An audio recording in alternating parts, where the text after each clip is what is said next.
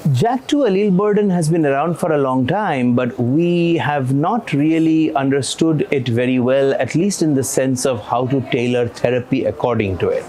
Now, there is some evidence emerging in this regard. Now, in 2016, just to put things in perspective, Dr. Bose had published that Ruxolitinib works best in patients who have an allele burden of 50% or greater.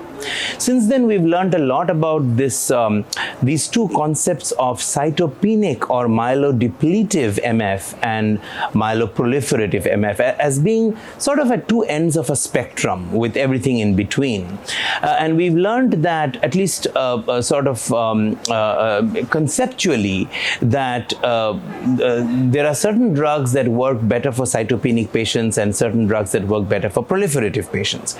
So in general, I would say that Ruxolitinib and Fedratinib are drugs that work better in the proliferative patients who have, preserved blood counts, larger spleens, a higher JAK2 allele burden, speaking of that, fewer other mutations, and generally a more favorable outcome.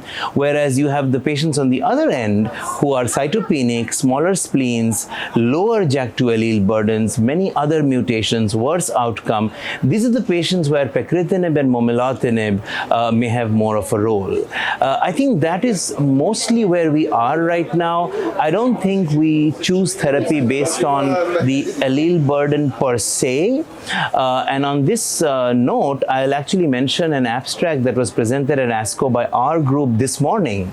And we showed that it is not really about the allele burden per se.